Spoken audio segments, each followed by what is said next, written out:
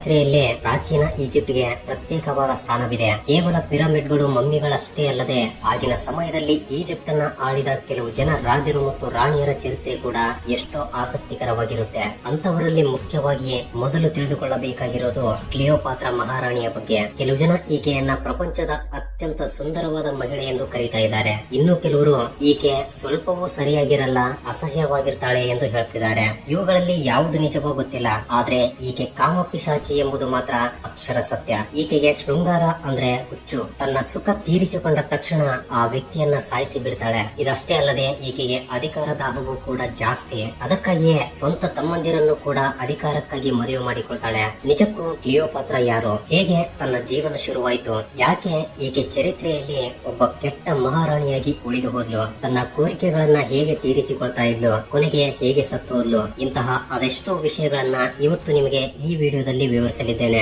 So video ತುಂಬಾ interesting ಆಗಿರುತ್ತೆ. ಎಲ್ಲೂ ಸ್ಕಿಪ್ ಮಾಡದೆ ಕೊನೆಯವರೆಗೂ ನೋಡಿ. ಹಾಗೆ ವಿಡಿಯೋ ಇಷ್ಟವಾದ್ರೆ ಖಂಡಿತ ವಿಡಿಯೋಗೆ ಒಂದು ಲೈಕ್ ಕೊಟ್ಟು ನಿಮ್ಮ ಫ್ರೆಂಡ್ಸ್ ಅಂಡ್ ಫ್ಯಾಮಿಲಿ ಜೊತೆ ಕೂಡ ಶೇರ್ ಮಾಡಿ. ಸೊ ಲೇಟ್ ಮಾಡದೆ let's get into the video.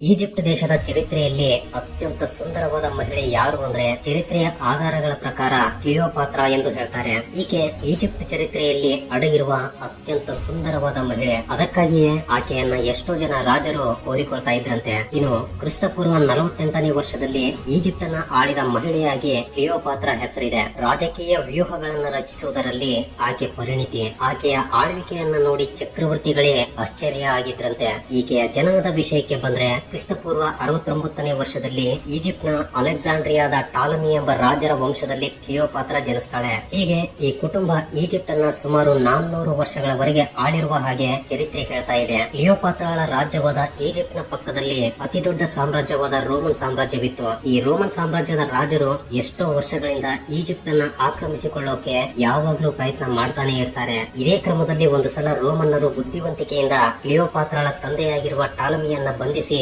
ಹೇಗೋ ಮಾಡಿ ಈಜಿಪ್ಟ್ ಅನ್ನ ಆಕ್ರಮಿಸ್ತಾರೆ. ಈ ರೀತಿ ಈಜಿಪ್ಟ್ ರೋಮನ್ನರ ಕೈಗೆ ಹೋಗುತ್ತೆ. ಸೊ ಇಲ್ಲಿ ನಾವು ಒಂದು ವಿಷಯವನ್ನ ತಿಳ್ಕೋಬೇಕು. ಟಾಲಮಿ ರಾಜನಿಗೆ ಟೋಟಲ್ 5 ಜನ ಸಂತಾನ ಇರ್ತಾರೆ. ಅವರಲ್ಲಿ 2 ಹೆಣ್ಮಕ್ಳು ಮತ್ತು 3 ಜನ ಗಂಡು ಮಕ್ಕಳು. ಯಾವಾಗ ರೋಮನ್ನರು ಟಾಲಮಿಯನ್ನ ಬಂಧಿಸಿ ಈಜಿಪ್ಟ್ ಅನ್ನ ಆಕ್ರಮಿಸ್ತಾರೋ ಆ ಸಮಯದಲ್ಲಿ ದೊಡ್ಡ ಮಗಳಾದ ಬೆರಿನಿಸ್ ರೋಮನ್ನರ ಜೊತೆ ಕೈ ಸೇರಿಸಿ ಅವರ ಸಹಕಾರದಿಂದ ಅವರ ಕೈ ಕೆಳಗೆ ಮಾಡುವ ಸಾಮಂತ ರಾಣಿ ಆಗ್ತಾಳೆ. ಬೆರಿನಿಸ್ಗೆ ಮೊದಲಿನಿಂದಲೂ ಅಧಿಕಾರ ದಾಹವಿರೋದ್ರಿಂದ ತನ್ನ ತಂದೆಯನ್ನ ಬಂಧಿಸಿರುವುದರಿಂದ ಇದೇ ಒಳ್ಳೆಯ ಸಮಯ ಎಂದು ಭಾವಿಸಿ ಶತ್ರುಗಳ ಕಡೆ ಸೇರಿ ಅವರ ಮೂಲಕ ಈಜಿಪ್ಟ್ಗೆ ರಾಣಿ ಆಗ್ತಾಳೆ. ಸೊ ಈ ರೀತಿ ತನ್ನ ತಂದೆಯ ಮೋಸ ಮಾಡಿರುವುದರಿಂದ ತನ್ನ ತಂಗಿ, ಮುಖ್ಯವಾಗಿ ಕ್ಲಿಯೋಪಾತ್ರ ಮತ್ತು ತನ್ನ ಸಹೋದರರು ತನ್ನ ಮೇಲೆ ಸೇಡನ್ನ ತೀರಿಸಿಕೊಳ್ತಾರೆ ಎಂಬ ಭಯದಿಂದ ಮುಂಜಾಗ್ರತೆಯಿಂದ ಆಕೆ ರಾಣಿಯಾದ ತಕ್ಷಣ ಅವರೆಲ್ಲರನ್ನ ಕಾರಾಗೃಹದಲ್ಲಿ ಬಂಧಿಸಿ ಬಿಡ್ತಾಳೆ. ಸೊ ಈ ರೀತಿ ಕೆಲವು ಕಾಲ ಕಳೆದ ನಂತರ ಬಂದಿಯಾಗಿರುವ ಟಾಲಮಿ ರಾಜನೇ ರೋಮನ್ನರಿಗೆ ಶರಣಾಗಿ ಅವರ ಕೈ ಕೆಳಗೆ ಗುಲಾಮ ರಾಜನಾಗಿ ಕೆಲಸ ಮಾಡ್ತೀನಿ ಎಂದು ಒಪ್ಪಿಕೊಳ್ಳೋದ್ರಿಂದ ರೋಮನ್ನರ ಚಕ್ರವರ್ತಿಯ ಭಿಕ್ಷೆಯಿಂದ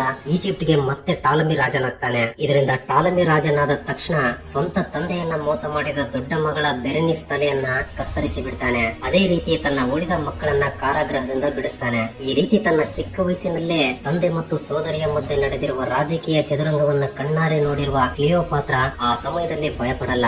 ಜೊತೆಗೆ ತಾನು ಕೂಡ ರಾಣಿ ಆಗ್ಬೇಕು ಎಂಬ ಕನಸುಗಳನ್ನ ಕಾಣ್ತಾ ಇದ್ಲು. ಕ್ಲಿಯೋಪಾತ್ರ ತನ್ನ ಯೌವನ ವಯಸ್ಸಿನಲ್ಲಿದ್ದಾಗ ರೋಮನ್ ಸೈನ್ಯ ಒಂದು ಬಾರಿ ಈಜಿಪ್ಟ್ ನಲ್ಲಿ ಕವಾದು ಮಾಡುವ ಸಮಯದಲ್ಲಿ ರೋಮನ್ನರ ಯೋಧ ಮಾರ್ಕ್ ಆಂಟೋನಿಯನ್ನ ನೋಡಿ ಆತನ ಜೊತೆ ಪ್ರೀತಿಯಲ್ಲಿ ಬೀಳ್ತಾಳೆ. ಆದ್ರೆ ಕ್ಲಿಯೋಪಾತ್ರ ಆ ವಿಷಯ ಯಾರ ಹತ್ತಿರ ಕೂಡ ಹಂಚಿಕೊಳ್ಳಲ್ಲ. ಸೊ ಈ ವಿಷಯವನ್ನ ಸ್ವಲ್ಪ ನೆನ್ಪಿಟ್ಕೊಳ್ಳಿ, ನಾವು ಮುಂದೆ ಮಾತನಾಡಿಕೊಳ್ಳೋಣ. ಈ ರೀತಿ ಕೆಲವು ವರ್ಷಗಳು ಕಳೆದ ನಂತರ ಆಕೆಗೆ 19ನೇ ವಯಸ್ಸಿನಲ್ಲಿ ಅಂದ್ರೆ ಕ್ರಿಸ್ತಪೂರ್ವ 51ರಲ್ಲಿ ಕ್ಲಿಯೋಪಾತ್ರಳ ತಂದೆ 12ನೇ ಟಾಲಮಿ ಮರಣಿಸ್ತಾನೆ. ಇದರಿಂದ ಕ್ಲಿಯೋಪಾತ್ರ ರಾಣಿಯಾಗೋಕೆ ಮಾರ್ಗ ಸುಲಭವಾಗಿ ಬಿಡುತ್ತೆ. ಆದ್ರೆ ಇಲ್ಲಿ ಒಂದು ಚಿಕ್ಕ ಸಮಸ್ಯೆ ಬರುತ್ತೆ. ತನ್ನ ತಂದೆಯ ನಂತರ ರಾಜ್ಯಾಧಿಕಾರವನ್ನ ಹೊಂದಲು ತನ್ನ 2 ಸಹೋದರರು ಮತ್ತು ಒಬ್ಬ ಸಹೋದರಿ ಕೂಡ ಇರ್ತಾರೆ. ತನ್ನ ಸಹೋದರಿಯ ಜೊತೆ ಯಾವುದೇ ರೀತಿಯ ಸಮಸ್ಯೆ ಇರದಿದ್ರೂ ಕೂಡ ಉಳಿದ 2 ಸಹೋದರರು ಮಾತ್ರ ಖಂಡಿತ ಅಧಿಕಾರಕ್ಕೆ ಅಡ್ಡಿ ಬರ್ತಾರೆ. ಸೊ ಕ್ಲಿಯೋಪಾತ್ರ ಹೇಗಾದ್ರೂ ಮಾಡಿ ಅಧಿಕಾರವನ್ನ ಪಡಿಬೇಕು ಎಂಬ ಕೋರಿಕೆಯಿಂದ ಒಂದು ದರಿದ್ರವಾದ ಕೆಲಸವನ್ನ ಮಾಡ್ತಾಳೆ. ಅದೇನಂದ್ರೆ ತನ್ನ 2 ಸಹೋದರರನ್ನ ಅಂದ್ರೆ ತನ್ನ 2 ತಮ್ಮಂದಿರನ್ನ ಮದುವೆ ಮಾಡಿಕೊಳ್ತಾಳೆ. ಇದು ಹೇಗೆ ಸಾಧ್ಯ? ಈ ರೀತಿ ಮಾಡಿದ್ರೆ ಈಜಿಪ್ಟ್ ನ ಪ್ರಜೆಗಳು ಹೇಗೆ ಒಪ್ಪಿಕೊಂಡ್ರು ಎಂದು ನಿಮ್ಮಲ್ಲಿ ಡೌಟ್ ಬಂದಿರಬಹುದು. ನಿಜ ಹೇಳ್ಬೇಕು ಅಂದ್ರೆ ಆಗಿನ ಸಮಯದಲ್ಲಿ ಈ ಆಚಾರವಿತ್ತು. ರಾಜ ಕುಟುಂಬದಲ್ಲಿರುವ ವಾರಸುದಾರರು ಕೆಲವು ಸಂದರ್ಭಗಳಲ್ಲಿ ತನ್ನ ಸ್ವಂತ ಅಕ್ಕ ತಂಗಿಯರನ್ನ ಮದುವೆ ಮಾಡಿಕೊಳ್ತಾ ಇದ್ರು. ಕಾರಣ ಸಿಂಹಾಸನಕ್ಕಾಗಿ ಅರ್ಹತೆಯನ್ನ ಹೊಂದಿರುವವರ ಸಂಖ್ಯೆ ಹೆಚ್ಚಾಗಿದ್ದಾಗ ಈ ರೀತಿ ಅವರಲ್ಲಿ ಅವರೇ ಮದುವೆ ಮಾಡಿಕೊಳ್ತಾ ಇದ್ರು. ಕ್ಲಿಯೋಪಾತ್ರ ಈ ಆಚಾರವನ್ನ ಉಪಯೋಗಿಸಿಕೊಂಡು ರಾಜ್ಯಾಧಿಕಾರವನ್ನ ಪಡೆದುಕೊಳ್ಳೋಕೆ ತನಗೆ ಸ್ಪರ್ಧೆಯಾಗಿ ತನ್ನ ತಮ್ಮಂದಿರು ಬರಬಾರದು ಎಂಬ ಉದ್ದೇಶದಿಂದ ಈ ರೀತಿ ಅವರನ್ನ ಮದುವೆ ಮಾಡಿಕೊಳ್ತಾಳೆ. ಆದ್ರೆ ವಿವಾಹ ಮಾಡಿಕೊಳ್ಳುವ ಸಮಯದಲ್ಲಿ ತನ್ನ ತಮ್ಮಂದಿರಿಗೆ 10 ವರ್ಷ ಕೂಡ ತುಂಬಿರಲ್ಲ. ವಿವಾಹವಾದ ಸ್ವಲ್ಪ ಕಾಲದ ನಂತರ ರಾಜ್ಯದ ಅಧಿಕಾರವೆಲ್ಲ ತನಗೆ ಬೇಕು ಎಂಬಂತೆ ಒಬ್ಬ ತಮ್ಮ ಪ್ರವರ್ತಿಸುವುದರಿಂದ ತನ್ನ ತಮ್ಮನನ್ನ ನಿರ್ದಾಕ್ಷಿಣ್ಯವಾಗಿ ಸಾಯಿಸಿ ಬಿಡ್ತಾಳೆ. ಇನ್ನೂ ಸ್ವಲ್ಪ ಕಾಲ ಕಳೆದ ನಂತರ ರೋಮನ್ನರ ಕೈಯಿಂದ ಈಜಿಪ್ಟ್ ಅನ್ನ ಪೂರ್ತಿಯಾಗಿ ವಶಪಡಿಸಿಕೋಬೇಕು ಎಂಬ ಆಸೆಯಿಂದ ನಿಧಾನವಾಗಿ ರೋಮನ್ನರ ವಿರುದ್ಧವಾಗಿ ಹೋರಾಡಲು ಶುರು ಮಾಡ್ತಾಳೆ. ಆದ್ರೆ ಈ ಪ್ರಯೋಗ ರಿವರ್ಸ್ ಆಗೋದ್ರಿಂದ, ಅಂದ್ರೆ ರೋಮನ್ ಚಕ್ರವರ್ತಿಗೆ ಅರ್ಥವಾಗೋದ್ರಿಂದ ಅವರು ಕ್ಲಿಯೋಪಾತ್ರಳನ್ನ ಕೆಳಗಿಳಿಸಿ ಕ್ಲಿಯೋಪಾತ್ರಳ ಸಹೋದರನಿಗೆ ಪೂರ್ತಿ ಅಧಿಕಾರವನ್ನ ಕೊಡ್ತಾರೆ.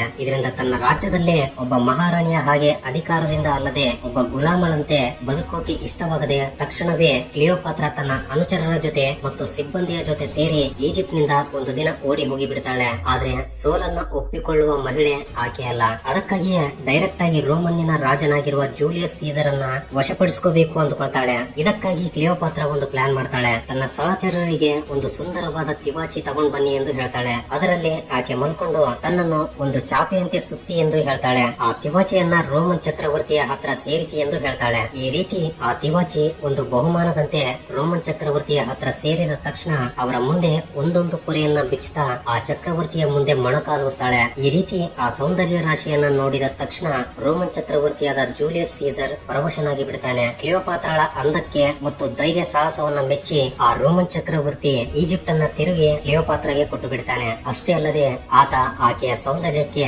ದಾಸ್ಯನಾಗಿ ಬಿಡ್ತಾನೆ. ಇದರಿಂದ ಆಕೆ ಹೇಳಿದ ಎಲ್ಲಾ ಮಾತುಗಳಿಗೆ ಸರಿ ಎನ್ನಲು ಪ್ರಾರಂಭಿಸ್ತಾನೆ. ಇದೇ ಅವಕಾಶವಾಗಿ ಭಾವಿಸಿ ಕ್ಲಿಯೋ ತನ್ನ ಸಹೋದರನ ಮೇಲೆ ಯುದ್ಧವನ್ನು ಪ್ರಕಟಿಸುವುದು, ಆತನನ್ನ ಸೋಲಿಸಿ ಕೊನೆಗೆ ಆತನನ್ನ ಸಾಯಿಸಿ ಬಿಡ್ತಾಳೆ. ಇದರಿಂದ ಕೇವಲ 22 ವರ್ಷಗಳಿಗೆ ಆಕೆ ಈಜಿಪ್ಟ್ ನ ಮಹಾರಾಣಿ ಆಗೋದಷ್ಟೇ ಅಲ್ಲ, ರೋಮನ್ ಚಕ್ರವರ್ತಿಯಾದ ಜೂಲಿಯಸ್ ಸೀಸರ್ಗೆ ಹೆಂಡತಿ ಕೂಡ ಆಗ್ತಾಳೆ. ಬಟ್ ಆಗಲೇ ಆಕೆಗೆ ಒಂದು ವಿಷಯ ಗೊತ್ತಾಗುತ್ತೆ. ಅದೇನಂದ್ರೆ ಆಕೆಯ ಮೊದಲ ಪ್ರಿಯನಾದ ಆಂಟೋನಿ ಬಗ್ಗೆ. ಯೌವನದಲ್ಲಿದ್ದಾಗ ಆಕೆ ಒಬ್ಬ ವ್ಯಕ್ತಿಯನ್ನ ನೋಡಿ ಪ್ರೀತಿಯಲ್ಲಿ ಬೀಳ್ತಾಳೆ. ಬಟ್ ಯಾರಿಗೂ ಹೇಳಲ್ಲ ಅಂತ ಹೇಳಿದ್ನಲ್ವಾ, ಆ ವ್ಯಕ್ತಿ ಯಾರು ಅಲ್ಲ, ತನ್ನ ಗಂಡನಿಗೆ ರೈಟ್ ಹ್ಯಾಂಡ್ ಆಗಿ ಕೆಲಸ ಮಾಡ್ತಾ ಇರುವ ವ್ಯಕ್ತಿ ಎಂದು ಮದುವೆಯಾದ ನಂತರ ಆಕೆಗೆ ಗೊತ್ತಾಗುತ್ತೆ. ಇನ್ನು ಸ್ವಲ್ಪ ಕಾಲ ಕಳೆದ ನಂತರ ಕಾಲಕ್ರಮೇಣ ಕ್ರಿಸ್ತಪೂರ್ವ 44ರಲ್ಲಿ ಕ್ಲಿಯೋಪಾತ್ರಳ ಗಂಡನಾದ ಸೀಸರ್ ನನ್ನ ಶತ್ರುಗಳು ಪ್ಲಾನ್ ಮಾಡಿ ಸಾಯಿಸಿ ಬಿಡ್ತಾರೆ. ಇದರಿಂದ ಸೀಸರ್ ಮರಣದ ನಂತರ ಮಾರ್ಕ್ ಆಂಟೋನಿ ರೋಮನ್ ರಾಜ್ಯಕ್ಕೆ ರಾಜನಾಗ್ತಾನೆ. ಇದರಿಂದ ಕ್ಲಿಯೋಪಾತ್ರ ಆಂಟೋನಿಯ ಜೊತೆಯೂ ಕೂಡ ಸಂಬಂಧ ಬೆಳೆಸಿಕೊಳ್ಳೋಕೆ ಪ್ರಯತ್ನಿಸ್ತಾಳೆ. ಆಂಟೋನಿ ರೋಮನ್ ಪ್ರಾಂತ್ಯವನ್ನ ಆಳ್ತಾ ಇರುವಾಗ ಕ್ಲಿಯೋಪಾತ್ರ ತನ್ನ ಈಜಿಪ್ಟ್ ದೇಶವನ್ನ ಆಳ್ತಾ ಇರ್ತಾಳೆ. ಬಟ್ ಒಂದು ಸಲ ಸೈನ್ಯ ಸಹಾಯ ಬೇಕು ಎಂದು ಈಜಿಪ್ಟ್ ನ ರಾಣಿಯಾದ ಕ್ಲಿಯೋಪಾತ್ರಗೆ ಆಂಟೋನಿ ವರ್ತಮಾನವನ್ನ ಕಳಿಸ್ತಾನೆ. ಇದರಿಂದ ಕ್ಲಿಯೋಪಾತ್ರಳಿಗೆ ಸರಿಯಾಗಿ 14 ವರ್ಷಗಳ ನಂತರ ಆಕೆ ಪ್ರೀತಿಸಿದ ವ್ಯಕ್ತಿ ಸ್ವತಃ ಬಂದು ಸ್ನೇಹ ಹಸ್ತವನ್ನ ಚಾಚಿದ ಹಾಗೆ ಅನ್ಸುತ್ತೆ. ಇದರಿಂದ ಆಕೆ ಬಂಗಾರದ ಆಭರಣಗಳಿಂದ, ವಜ್ರ ವೈಡೂರ್ಯಗಳಿಂದ, ಸಂಗೀತದ ವಾದ್ಯಗಳಿಂದ, ಲೆಕ್ಕವಿಲ್ಲದಷ್ಟು ಬಹುಮಾನಗಳಿಂದ ಕೂಡಿದ ಹಡಗುಗಳಲ್ಲಿ ಅಲ್ಲಿಗೆ ಸೇರಿಕೊಳ್ತಾಳೆ. ಹಡಗನ್ನ ಎಳೆದು ರತಿದೇವಿಯಂತೆ ಆಂಟೋನಿಯ ಮುಂದೆ ಬಂದು ನಿಲ್ತಾಳೆ. ಇದರಿಂದ ಆತ ಕೂಡ ಆಕೆಯ ಸೌಂದರ್ಯವನ್ನ ನೋಡಿ ದಾಸ್ಯನಾಗಿ ಬಿಡ್ತಾನೆ. ಆದ್ರೆ ಈ ಸಂತೋಷ ಎಷ್ಟೋ ಸಮಯ ಉಳಿಯಲ್ಲ. ರಾಜ್ಯದಲ್ಲಿರುವ ಆಂತರಿಕ ಶತ್ರುಗಳಿಗೆ ಆಂಟೋನಿಯ ಮೇಲೆ ದ್ವೇಷ ಹೆಚ್ಚಾಗುತ್ತೆ. ಇದರಿಂದ ಏನೂ ಮಾಡೋಕಾಗದೆ ಆಂಟೋನಿ ಕೆಲವು ಕಾರಣಗಳಿಂದ ಯುದ್ಧದಲ್ಲಿ ಸೋತು ಹೋಗೋದ್ರಿಂದ ಕತ್ತಿಯಿಂದ ತನ್ನನ್ನು ತಾನು ಚುಚ್ಚಿಕೊಂಡು ಆಕೆಯ ಒಡಿಲಲ್ಲಿ ಸತ್ತು ಹೋಗ್ತಾನೆ. ಈತನ ಮರಣದ ನಂತರ ಕ್ಲಿಯೋಪಾತ್ರ ಈಜಿಪ್ಟ್ ಅನ್ನ ಬಹಳಷ್ಟು ಕಾಲದವರೆಗೆ ಆಳ್ತಾಳೆ. ಆಕೆ ತನಗೆ ಇಷ್ಟವಾದ ರೀತಿಯಲ್ಲಿ ಅದು ತಪ್ಪ ರೈಟಾ ಎಂಬುದನ್ನ ಆಲೋಚಿಸದೆ ಜೀವಿಸ್ತಾ ಇದ್ಲು. ತನ್ನ ಎಲ್ಲಾ ಕೋರಿಕೆಗಳನ್ನ ತೀರಿಸಿಕೊಳ್ತಾ ಬದುಕ್ತಾ ಇದ್ಲು. ಈ ರೀತಿ ಕೆಲವು ಕಾಲ ಕಳೆದ ನಂತರ ಒಂದು ಸಮಯದಲ್ಲಿ ಕ್ಲಿಯೋಪಾತ್ರ ತೀವ್ರವಾದ ಏಕಾಂಗಿತನಕ್ಕೆ ಗುರಿಯಾಗೋದ್ರಿಂದ ಮತ್ತು ತೀವ್ರ ಮನಸ್ತಾಪವನ್ನ ಹೊಂದೋದ್ರಿಂದ ಆತ್ಮಹತ್ಯೆ ಮಾಡಿಕೊಂಡು ಸತ್ತು ಹೋಗ್ತಾಳೆ. ಅದು ಹೇಗೆ ಅಂದ್ರೆ ಆಕೆ ಅತ್ಯಂತ ಅಪಾಯಕರವಾದ ವಿಷವನ್ನ ಹೊಂದಿರುವ ಹಾವಿನಿಂದ ತನ್ನ ಸ್ತನಗಳ ಮೇಲೆ ಕಚ್ಚಿಸಿಕೊಂಡು ಸತ್ತು ಹೋಗ್ತಾಳೆ. ಆದ್ರೆ ತನ್ನ ಮರಣಕ್ಕೆ ಸಂಬಂಧಿಸಿದ ಕಾರಣಗಳು ಇಂದಿಗೂ ಕೂಡ ಮಿಸ್ಟರಿಯಾಗಿಯೇ ಉಳಿದು ಹೋಗಿವೆ. ಇನ್ನು ಕೆಲವು ಜನ ಆಕೆಗೆ ಯಾರೋ ವಿಷವನ್ನ ಕೊಟ್ಟು ಸಾಯಿಸಿದ್ದಾರೆ ಎಂದು ಆಕೆ ಸೂಸೈಡ್ ಮಾಡಿಕೊಂಡಿಲ್ಲ ಎಂದು ಹೇಳ್ತಿದ್ದಾರೆ. ಪೂರ್ತಿ ನಿಜ ಏನು ಎಂಬುದು ಇಂದಿಗೂ ಯಾರಿಗೂ ಗೊತ್ತಿಲ್ಲ. ಏನೇ ಆದ್ರೂ ಒಂದು ಸಮಯದಲ್ಲಿ ಕ್ಲಿಯೋಪಾತ್ರ ಮಹಾ ಚಕ್ರವರ್ತಿಗಳಿಗೂ ಕೂಡ ತನ್ನ ರಾಜಕೀಯ ವ್ಯೂಹಗಳಿಂದ ನಡುಕ ಹುಟ್ಟಿಸಿದ ವೀರನಾರಿಯಾಗಿ ಚರಿತ್ರೆಯಲ್ಲಿ ಉಳಿದು ಹೋಗಿದ್ದಾಳೆ. ತನ್ನ ಮಾತೃಭಾಷೆ ಗ್ರೀಕ್ ಆಗಿದ್ರೂ ಕೂಡ ಕಷ್ಟವಾದ ಈಜಿಪ್ಟ್ ಭಾಷೆಯನ್ನ ಆಕೆ ಕಲಿತುಕೊಳ್ತಾಳೆ. ಅದೇ ರೀತಿ ರೋಮನ್ ಭಾಷೆಯನ್ನು ಕೂಡ ಕಲಿತುಕೊಳ್ತಾಳೆ. ಈ ರೀತಿ ಟೋಟಲ್ 12 ಭಾಷೆಗಳನ್ನ ಮಾತನಾಡಬಲ್ಲ ರಾಣಿಯಾಗಿ ಕ್ಲಿಯೋಪಾತ್ರ ಚರಿತ್ರೆಯಲ್ಲಿ ಉಳಿದು ಹೋಗಿದ್ದಾರೆ. ಈಕೆ ಅಮಾನ ಎಂಬ ಸೂರ್ಯ ದೇವಾಲಯವನ್ನು ಕೂಡ ಕಟ್ಟಿಸಿದ್ದಾಳೆ. ಇನ್ನು ಕ್ಲಿಯೋಪಾತ್ರಳ ಬಗ್ಗೆ ಇನ್ನೂ ಕೆಲವು ವಿಷಯಗಳ ಬಗ್ಗೆ ಮಾತನಾಡಿಕೊಂಡ್ರೆ, ಕ್ಲಿಯೋಪಾತ್ರ ಒಬ್ಬ ಶೃಂಗಾರ ದಾಸಿಯಂತೆ. ಈಕೆಗೆ ಶೃಂಗಾರ ಶೃಂಗಾರ ಅಂದ್ರೆ ಹುಚ್ಚು. ಅದಕ್ಕಾಗಿಯೇ ಎಷ್ಟೋ ಜನ ಗಂಡಸರನ್ನ ತನ್ನ ದಾಸಿಗಳಾಗಿ ಮಾಡಿಕೊಂಡು ಅನುಭವಿಸಿದಾಳೆ. ಅದೇ ರೀತಿ ಎಷ್ಟೋ ಜನರ ಜೊತೆ ಅಕ್ರಮ ಸಂಬಂಧಗಳನ್ನು ಕೂಡ ಹೊಂದಿದ್ಲಂತೆ. ತನ್ನ ಅಂತಃಪುರದಲ್ಲಿ ಪ್ರತಿನಿತ್ಯ ಒಬ್ಬ ಯುವಕನ ಜೊತೆ ಶೃಂಗಾರದಲ್ಲಿ ಪಾಲ್ಗೊಳ್ತಾ ಇದ್ಲಂತೆ. ಆದ್ರೆ ನೆಕ್ಸ್ಟ್ ಡೇನೆ ಆ ಯುವಕನನ್ನ ಗಲ್ಲಿಗೇರಿಸ್ತಾ ಇದ್ಲಂತೆ. ಈ ನಿಬಂಧನೆಗೆ ಒಪ್ಪಿಕೊಂಡು ಬಹಳಷ್ಟು ಜನ ಯುವಕರು ಆಕೆಯ ಸೌಂದರ್ಯವನ್ನ ಅನುಭವಿಸೋಕೆ ಪ್ರಾಣಗಳನ್ನು ಸಹ ಲೆಕ್ಕಿಸದೆ ಆಕೆಯ ಜೊತೆ ಆ ಕೆಲಸ ಮಾಡೋಕೆ ಹೋಗ್ತಾ ಇದ್ರಂತೆ. ಕೆಲವು ಬಾರಿ ಆಕೆ ಒಂದೇ ಸಲ 10 ಜನರ ಜೊತೆ ಸಂಭೋಗವನ್ನು ಕೂಡ ಮಾಡ್ತಾ ಇದ್ಲಂತೆ. ಕ್ಲಿಯೋಪಾತ್ರಳ ನಿಜವಾದ ಹೆಸರು ಕ್ಲಿಯೋಪಾತ್ರ 7. ಇವರ ವಂಶದಲ್ಲಿ ಆಕೆಗಿಂತ ಮೊದಲು 6 ಜನ ಕ್ಲಿಯೋಪಾತ್ರಗಳು ಆ ಹೆಸರಿನಿಂದ ಇದ್ರಂತೆ. ಆದ್ರೆ ಚರಿತ್ರೆಯಲ್ಲಿ ಪ್ರಾಚೀನತೆಯನ್ನ ಹೊಂದಿರುವುದು ಮಾತ್ರ ಕ್ಲಿಯೋಪಾತ್ರ 7. ಕ್ಲಿಯೋಪಾತ್ರ ಮಹಾರಾಣಿಯಾಗಿ ಅಷ್ಟೇ ಅಲ್ಲ, ಇನ್ನೂ ಇತರ ವಿಷಯಗಳಲ್ಲಿ ಕೂಡ ಪರಿಣಿತಿ. ಆಕೆ ಒಬ್ಬ ಶ್ರೇಷ್ಠ ಲೇಖಕಿ ಕೂಡ ಹೌದು. ಕಾಸ್ಮೆಟಿಕ್ಸ್ ಎಂಬ ಒಂದು ವೈದ್ಯ ಪುಸ್ತಕವನ್ನು ಕೂಡ ಆಕೆ ರಚಿಸಿದ್ದಾಳೆ. ಕೂದಲಿನ ಸಂರಕ್ಷಣೆಗಾಗಿ ಅನೇಕ ಸಲಹೆಗಳಿಂದ ಕೂಡಿದ ಇನ್ನೊಂದು ಪುಸ್ತಕವನ್ನು ಕೂಡ ಆಕೆ ಬರೆದಿದ್ದಾಳೆ. ಕ್ಲಿಯೋಪಾತ್ರಾಗೆ ಟೋಟಲ್ 4 ಜನ ಸಂತಾನ, ಆದ್ರೆ ಅವರಲ್ಲಿ ಕೇವಲ ಒಬ್ಬರು ಮಾತ್ರವೇ ಬದುಕುಳಿತಾರೆ. ಕ್ಲಿಯೋಪಾತ್ರಳ ಮಗಳಾದ ಸೆಲೆನ್ ಕೂಡ ಒಬ್ಬ ಮಹಾರಾಣಿಯೇ. ಅಷ್ಟೇ ಅಲ್ಲದೆ ಅಂದಿನವರೆಗೆ ನಾಣ್ಯಗಳ ಮೇಲೆ ಮಹಾರಾಜರ ಮುದ್ರೆಗಳು ಮಾತ್ರವೇ ಇದ್ವು. ಆದ್ರೆ ಚರಿತ್ರೆಯಲ್ಲಿ ಮೊಟ್ಟ ಮೊದಲ ಬಾರಿ ರಾಣಿಯ ಮುದ್ರೆ ಕೂಡ ಇರುವುದು ಕ್ಲಿಯೋಪಾತ್ರಳಿಂದಲೇ ಶುರುವಾಗಿದೆ. ಆಕೆ ಸೌಂದರ್ಯದ ಬಗ್ಗೆ ಎಷ್ಟೋ ಸಲಹೆಗಳನ್ನು ಕೂಡ ವಿವರಿಸಿದಾಳೆ. ಆಕೆಯ ಸೌಂದರ್ಯದ ರಹಸ್ಯ ಒಂದು ಮಸಾಲೆಯ ಎಣ್ಣೆಯಲ್ಲಿ ಅಡಗಿದೆ ಎಂದು ಚರಿತ್ರೆ ಹೇಳ್ತಾ ಇದೆ. ಪುರಾವಸ್ತು ಶಾಸ್ತ್ರಜ್ಞರ ಪ್ರಕಾರ ಆಕೆ ಒಬ್ಬ ಸೌಂದರ್ಯವತಿ. ವಯಸ್ಸು ಹೆಚ್ಚಾಗ್ತಾ ಇದ್ದಂತೆ ಆಕೆಯ ಸೌಂದರ್ಯ ಕೂಡ ಹೆಚ್ಚಾಗ್ತಾ ಇತ್ತಂತೆ. ಇದಕ್ಕೆ ಕಾರಣ ಆಕೆ ಬಳಸಿದ ಒಂದು ಮಸಾಲೆ ಎಣ್ಣೆಯಂತೆ. ಆ ಮಸಾಲೆ ಎಣ್ಣೆ ಏಷ್ಯಾ, ಉತ್ತರ